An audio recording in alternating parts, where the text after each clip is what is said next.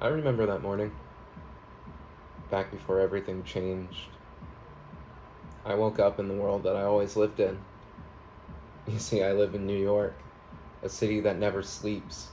So I got up and put on my pants and went to school. I saw my friends. We laughed, we joked. That day was special. I had to put my skills to the test. I was gonna ask out my crush, or at least do my best. So I see her after class, and I walk up to her real smooth, and I puff out my chest. I don't want to brag, but you know she said yes. I mean, was there ever any doubt? We planned for the weekend. I won. And I wish I could tell you that's where this story ends.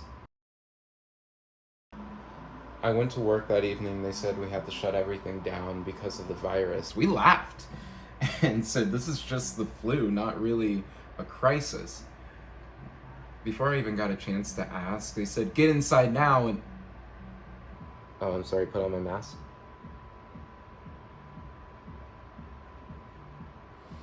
Hey, it's a little hard to breathe. So I go home and my roommates are all packed up, and I asked, where are you guys going? They said things are getting real screwed up. They shut down schools, restaurants, the lights are even out on Broadway. We gotta get out of town. I'm sorry, you're on your own. And just like that, I was in a 3-bedroom apartment alone. I'm sorry, guys. This is a real bummer. And I don't want to throw a pity party, but what really sucks is I was supposed to have that date that Saturday. So now I'm waiting through this mess, waiting on some good news, waiting on text. The days get longer and longer, and I feel like I'm going crazy, and they say get to know yourself better, and all I've learned is that I'm really needy.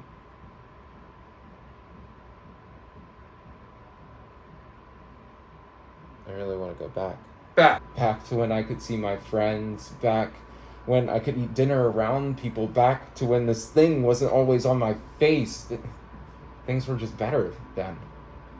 In order to stay sane, I get into new hobbies like movies and video games. I live in New York, I'm young and in my prime. I should be on my date, not watching shows about tigers with my free time. Time out! Can we all agree that Carol Baskins killed her husband?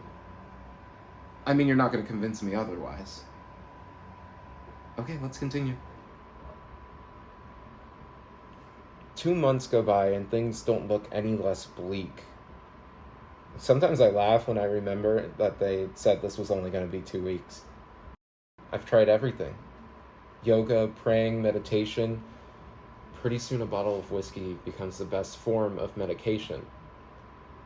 God, I want to go back. I want my life back. And I know that's selfish, but this isn't pleasing. Every night we chant for doctors and nurses, but I still feel uneasy. I can't take this anymore. My head keeps repeating. So I just have to do what my therapist says and focus on my breathing.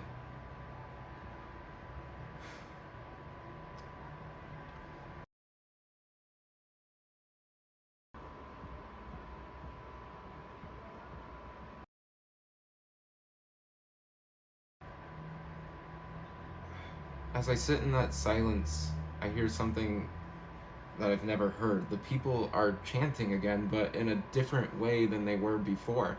I run to the window and look outside, and they're all people that look like me. They said that Black Lives Matter, that my life matters, and they've had shackles on them for years and need to be set free. They're shouting, screaming for anyone to hear them, see them. I ran outside just so I can meet them. I go outside and the whole city cheers. We said all Black Lives Matter, and we are here. We take to the streets and we are met with standing ovations, and I look to my left and the police are information. We tried to explain and were met with hate. All we said was we wanted to live too. Why is that a debate? We said that we didn't like their tactics, so we took action, and now they're mad with our dissatisfaction? They point their gun at us and say move, and we said no. Someone yells, get ready for a fight. This isn't how this is supposed to go.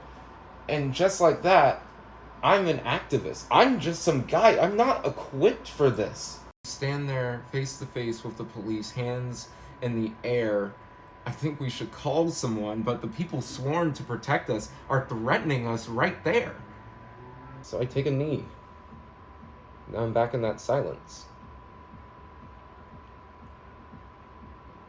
And then you hear it. The first strike. Boom, the police are shooting, and boom, now there's looting, and boom, just like that. The whole world is watching. They shoot tear gas in the air, and I can't breathe. A girl next to me is shot, and she says, help me. I try to help, but I can't breathe. Everyone is screaming, God help us, please. I'm trying to help them, but I can't breathe. I have a mask on. I can't breathe. There's a knee on my neck. I can't breathe. And I'm trying to say their names, but I can't breathe. I can't breathe. I can't breathe.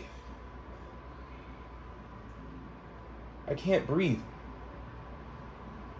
And the whole world is watching me.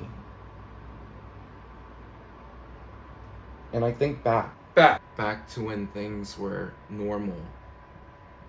The normal where the worth of $1 meant more than the worth of people. The normal where we didn't know the value of a kiss or a hug. The normal where not everyone was valued of what they were made with, God's gracious love. And in that moment, I don't want to go back.